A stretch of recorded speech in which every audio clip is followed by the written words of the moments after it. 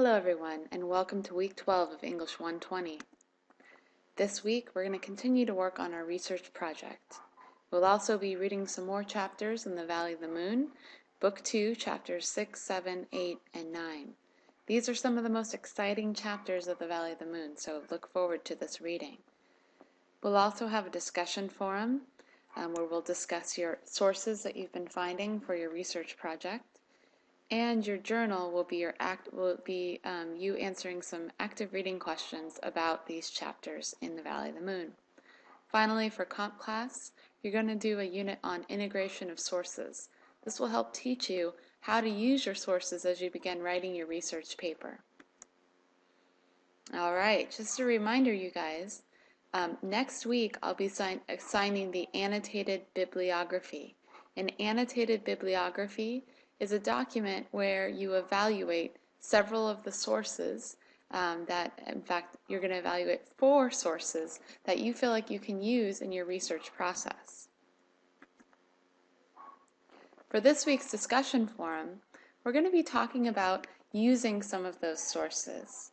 At this point in the research project, you should already have a number of really good sources. For this discussion, what I'd like you to do is find one of those sources and that you're considering for your paper and to talk about it. What is the source and where did you find it? What is the source's agenda? What is it trying to do on its own terms?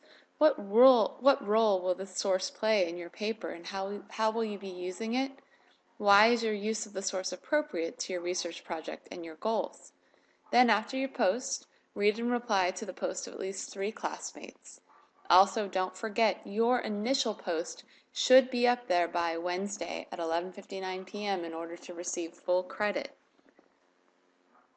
I want to make sure everyone has been doing their research. At this point, you should have gone to the library and researched the topic that you're writing on, understood the conversation that you're joining, so who are the experts about this topic, and begun to find some articles in some of the academic databases that are available through our library. If for any reason you're having trouble with this, there's 2 resources you can use. First, you can come to my office hours, or you can set up a time to talk to me on the phone during my office hours. Or you can simply walk up to the reference desk in our library and speak with Stephanie Gross. She's there from, I think, 8 to 5 every single day next week. So please use these resources to begin your research.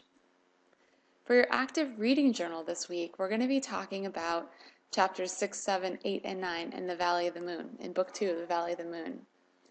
So there's so much that happens to Billy and Saxon in these chapters, including a riot.